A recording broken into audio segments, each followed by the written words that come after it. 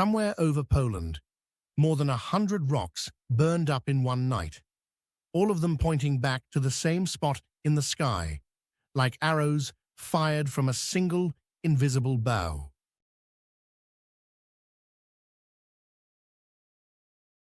Every one of those green-white streaks you're looking at came from the same place, and that place isn't a point in space so much as a direction in time.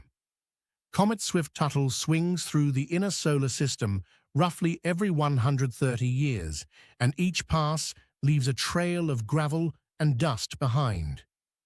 We drive through that debris cloud every August.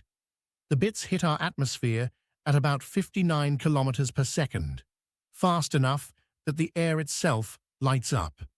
What you're seeing isn't the rock burning, it's the air glowing from the impact. The rock is usually gone in under a second. Now look at that thick river of light curving across the upper right of the image. That's the Milky Way, but notice we're inside it. That arch isn't something we're looking at from the outside. It's the flat disk of our own galaxy, seen edge-on from our position about 26,000 light-years from the center. The red patches dotted along the arch are emission nebulae, clouds of hydrogen gas so hot they glow on their own. The brightest red smear over on the right is probably the Heart Nebula region, and the meteors, they don't care. They just streak right through the middle of it, indifferent to the galaxy behind them. And then there's the ground.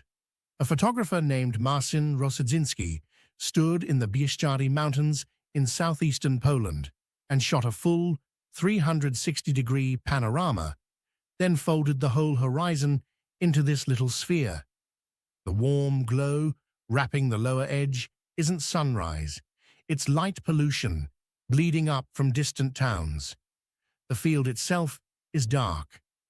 Dark enough that over 100 meteors showed up in a single night of shooting.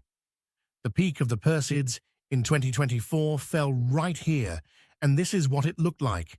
Your whole world shrunk to a marble, the galaxy draped overhead, and a comet's leftovers burning up all around you. Swift-Tuttle is about 26 kilometers wide. It last visited in 1992, and it won't be back until 2130. But every August, right on schedule, the dust it shook loose catches fire in our sky. You don't have to go anywhere. You just have to go outside and look up, and wonder how many of those streaks you'd have to count before it felt real.